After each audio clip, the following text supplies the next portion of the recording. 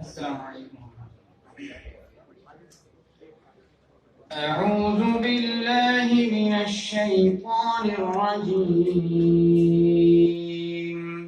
بسم الله الرحمن الرحيم. وإذ قال إبراهيم رب اجعل هذا البلد آمنا واجنبني وبني أن نعبد الأصنام رب إنهن أضللن كثيرا من الناس فمن تبعني فإنه مني ومن عصاني فإنك غفور رحيم.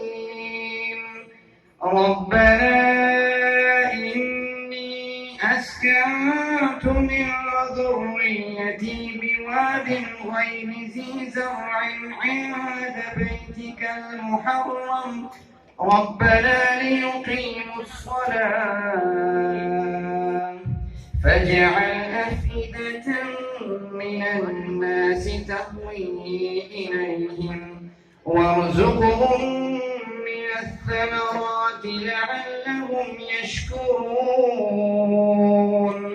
ربنا إنك تعلم ما نخفي وما نعلن وما يخفى على الله من شيء في الأرض ولا في السماء. الحمد لله الذي وهب لي على الكبر إسماعيل وإسحاق إن ربي لسميع الدعاء. رب اجعلني مقيم الصلاة ومن ذريتي ربنا وتقبل دعاء.